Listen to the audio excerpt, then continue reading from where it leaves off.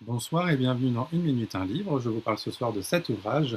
Vous pouvez pas faire ça chez vous, non? Une mise au point très fière par Tané, comédienne et humoriste. Un essai aux éditions La Meute 2026.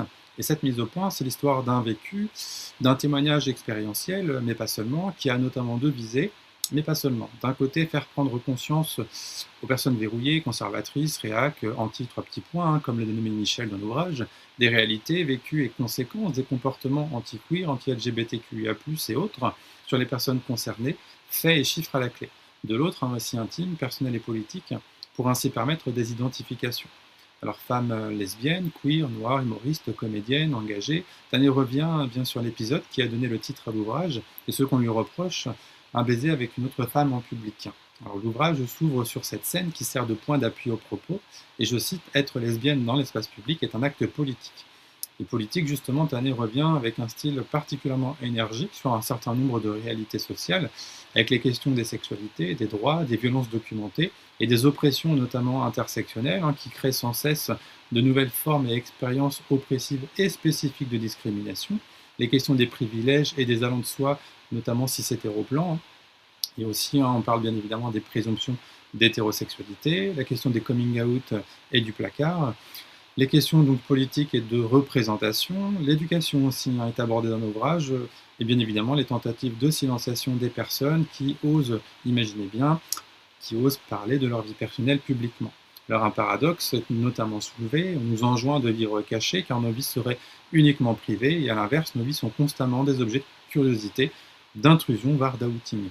Et la mise au jour finalement de ces paradoxes traverse le récit. Les personnes queer notamment sont accusées d'être partout, tout en restant minoritaires dans les représentations et toujours exposées aux discriminations.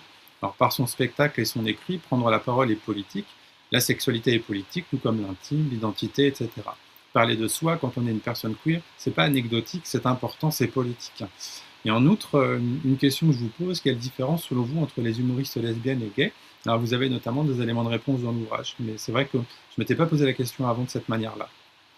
Par son témoignage, Tané revient ainsi sur les interrogations que les personnes queer peuvent se poser, la fameuse question, se cacher dans le placard ou en sortir. Et en revenant sur ses propres questionnements, notamment adolescents, eh bien, Tané interroge les représentations attachées aux mots lesbiennes, la difficulté même à employer ce terme, ou encore le fait qu'avant 2022, une recherche en ligne renvoyait principalement vers des contenus pornographiques.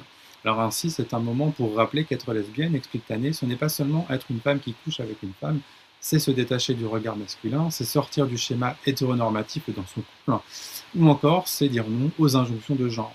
Alors le livre est un message d'ouverture, une invitation à prendre conscience des réalités des personnes minorisées pour lesquelles on attend souvent de ne pas bouleverser l'ordre, notamment l'ordre du genre établi, de ne pas bousculer les normes aussi hiérarchisantes établies. On attend des personnes minorisées qu'elles incarnent le statut des personnes déviantes, assignées et étiquetées.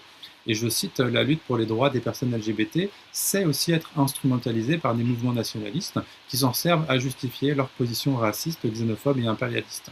Au fond, l'ouvrage n'est pas seulement une réponse à l'injonction de discrétion, c'est aussi une revendication de joie, de visibilité et de fierté. Occuper l'espace, parler fort, exister sans s'excuser, autant de rappels qu'aucun droit n'a jamais été obtenu en restant caché. Et je cite les mots de Tané pour finir. Nos histoires doivent être racontées, partagées, visibilisées. Nous ne nous arrêterons jamais de parler. Voilà, je vous invite à découvrir cet ouvrage. Bonne lecture et à bientôt.